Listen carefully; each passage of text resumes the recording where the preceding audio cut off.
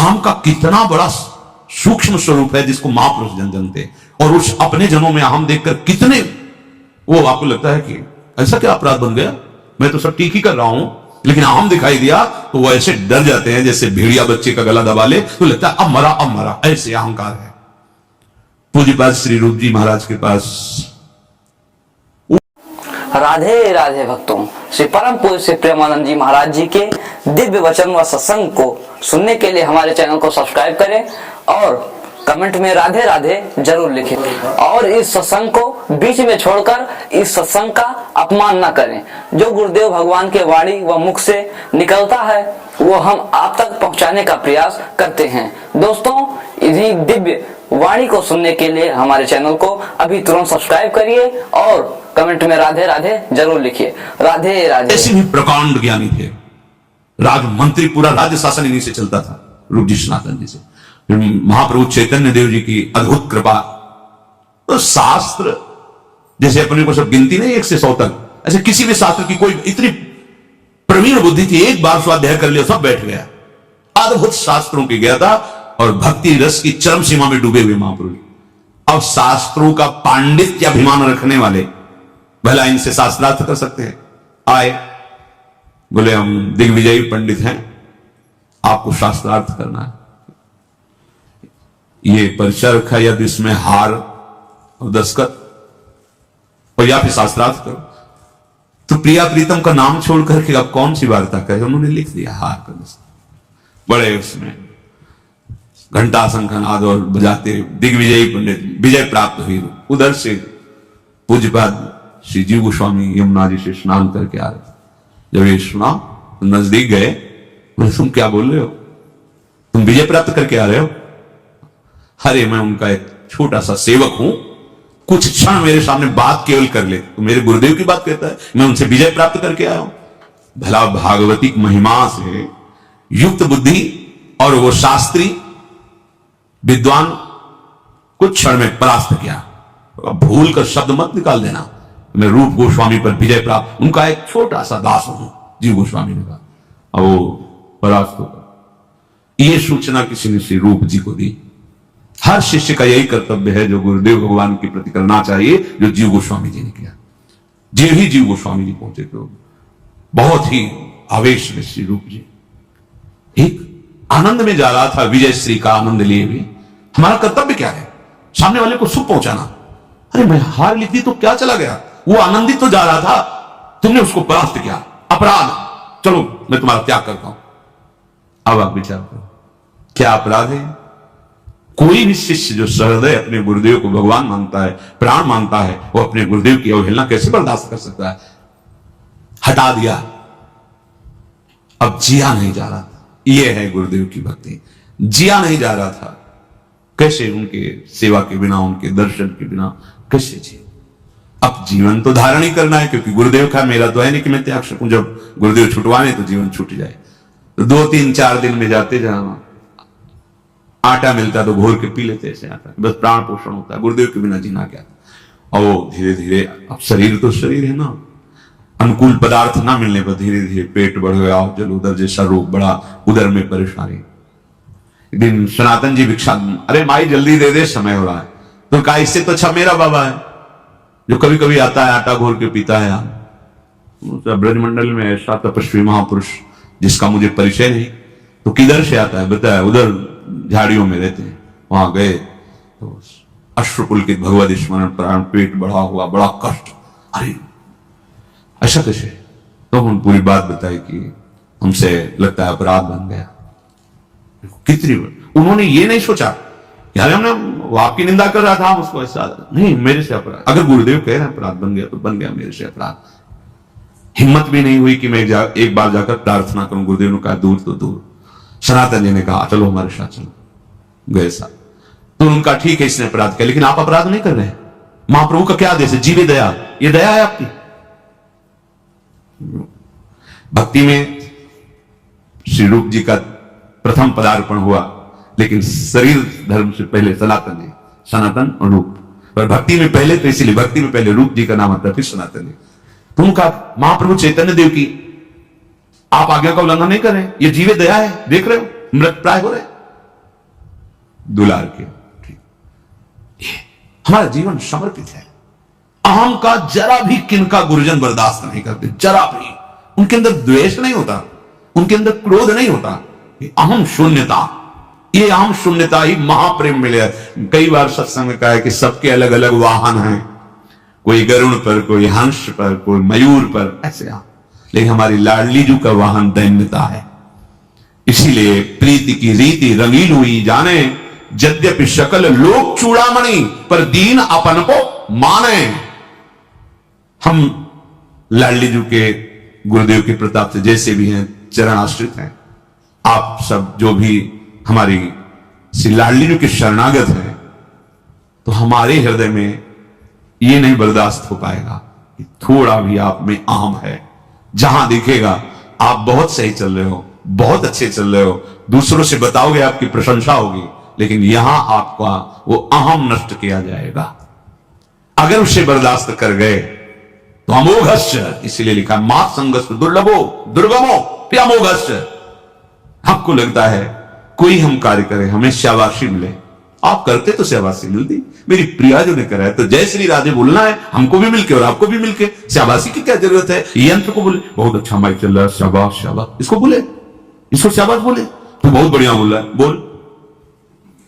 बोल पाएगा? नहीं बोल पाएगा। ऐसे यहां मूकम करोति वाचालम पंगुम लंघयते गिरिम यत् कृपातम हम वंदे परमानंद माधव। समझो, श्रीपाद कह रहे श्रुत सुहृदांधवान विद्धि बंधान, ये तुम्हें अंधा बना देंगे।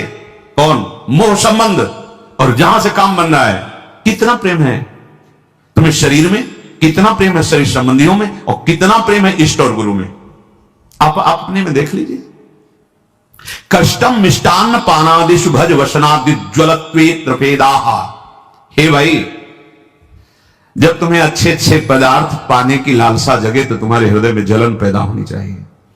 ये क्या खाते चले गए, पूरा जीवन हो गया, फिर भी आज ये देखो, इंद्रियों की दुष्टता देखो। माता देवहूति जी भगवान कपिल देव जी से कह रहे, भगवान मैं इन दुष्ट इंद्रियों को भोग देते देते ऊब गई हूं, प्रभु अब संभाल लो। ये दुष्ट इंद्रियां कभी नहीं तृप्त हो सकती। रोज ऐसी चटनी, ऐसा ये, ऐसा वो, ऐसा।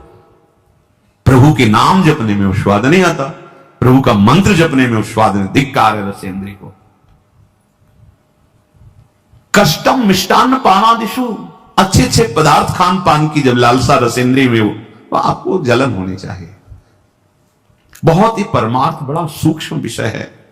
ये तुम इंद्रियों की मौज को अपनी मौज मान रहे हो, तो इंद्रियों की मौज तुम्हें बार बार पुनरपि जननम पुनरपि मरणम का दंड देगी, तुम्हें उसका परिणाम नहीं दिखाई दे। तुम अपनी मौज में आओ। तुम्हारी जो मौज है वो स्वात्मानंद है, भगवदानंद है। तुम देह इंद्रियों के भोग में क्यों मौज मना रहे हो? वो तुम्हारा विषय ही नहीं है। अज्ञान से तुम उसे अपना विषय मानकर फंसते चले जा रहे हो। सर्वेशाम शिष्य भृत्यादि वदति विनितोध्यास अस्त्व वृंदावनम भो।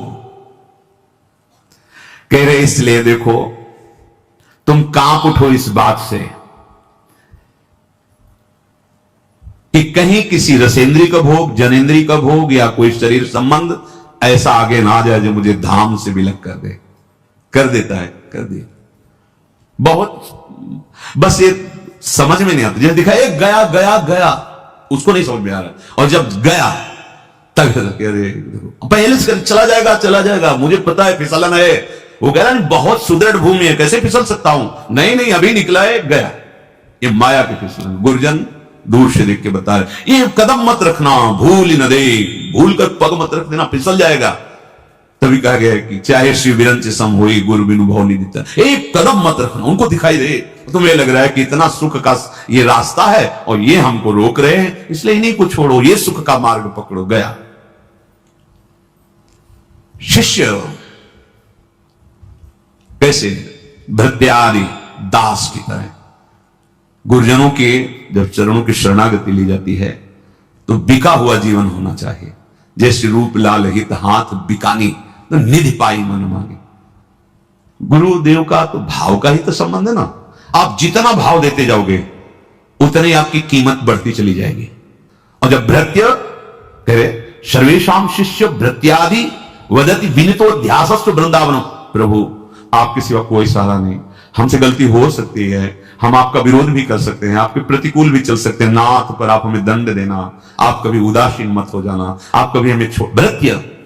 एक छोटे से सेवक जैसे बिका हुआ दास होता, मदन गोपाल शरण तेरी आयो, इस पद में श्री भट्ट देवाचार्य जी कह रहे हैं कि घर का दास, बिका हुआ दास, निज दास, घर जायो दास की तरह। प्रभु मुझसे गलती हो सकती है, जैसे हम अपनी मां से लड़ जाते हैं अपनी कामना के लिए, अपने अज्ञान के कारण, पर मां को हम मां ही तो मानते हैं ना।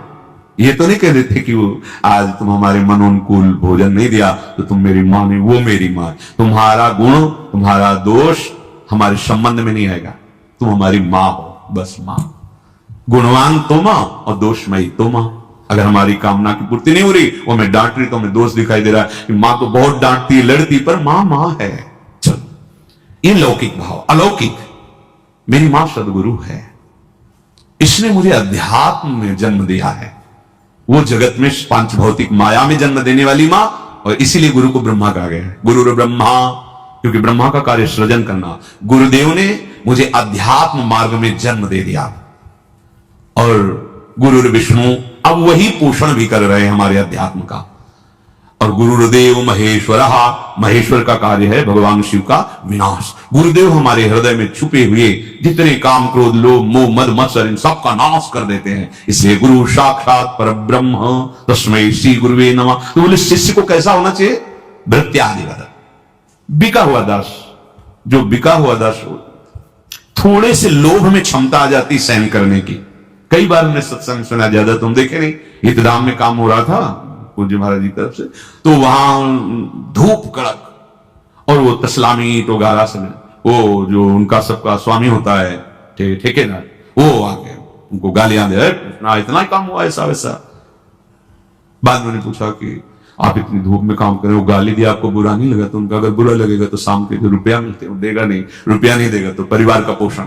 थोड़े से लोभ में इतनी क्षमता आ गई कि गाली दे रहा है, धूप है, सब से, और आपको भगवत प्राप्ति का लोभ नहीं है, आप ऐसे कर रहे हैं, अवहेलना कर रहे हैं, भगवत प्राप्ति का लोभ। सहित सहित बाढ़े भगति गृह तन गुरु हित गात। समझ में आता है? नहीं नहीं भाई, ये भिखारी वाली बात नहीं है, ये महान धनी बनने वाली बात है। जिसके प्रिया प्रीतम धन है, उससे बड़ा धनी कौन हो सकता है? गुरुदेव हमारे जो अहंकार जनित कूड़ा करकट है उस पर, इसीलिए क्या शिष्य भृत्यादि वदति विदितोध्यासस्तु वृंदावनम भो। वृंदावन में शिष्यता स्वीकार करके ऐसे रहो जैसे बिका हुआ दास, घर जाया दास। घर जाया दास, हम कहीं जा ही नहीं सकते। जैसे भी हम आपके हैं, हे वृंदावन धाम, हे गुरुदेव, मेरी मति गति आपके विरोध में भी हो सकती है, पर करुणा करके आप कभी न छोड़ना। बात समझना है, हमारा मन है कभी खिलाफत कर सकता है, हमारी मति है कभी विषयी मति है, कभी निश्चय आपके विरुद्ध भी कर सकती है, पर नाथ आप कभी मत छोड़ना, आप हमें स्वीकार करते रहना। अंदर से ये दासत्व स्वीकार करने वाले को श्रीपाद कह रहे हैं कि वो जो बड़े सत्कर्माणि कृतानि श्री हरिराराधिता श्रुतोपनिषतो आमृति वृंदारण्य यदैव संकल्पितो वासः। जो ऐसा संकल्प लेकर के, बिका हुआ मैं दास श्री प्रियालाल का, गुरुदेव का, आजीवन वृंदावन में ही रहूंगा, चाहे जैसी परिस्थिति आवे मैं यही प्राण त्यागूंगा, तो समस्त सत्कर्मों का फल, समस्त हरि आराधना का फल, समस्त वेदांत श्रवण का फल उसे प्राप्त हो गया केवल वृंदावन वास मात्र से। चलते हैं भगवान श्री राम के पावन चरित्र का कथन श्रवण करके, कलिमल का नाश करके अपने हृदय में आराध्य देव की अनन्य भक्ति धारण करते हैं। प्रसंग चल रहा है श्री रघुनाथ जी के समीप समस्त अयोध्यावासी ऋषि मुनि बैठे हैं, भगवान सबको उपदेश के पीछे 2 दिन चर्चा चलती रही। भगवान शिव कहते हैं, उमा ये अयोध्यावासी सब कृतार्थ रूप है, अब इनको कृतार्थ होना नहीं, क्योंकि अवध धाम में वास करते हैं। ए भाई, आप भी कृतार्थ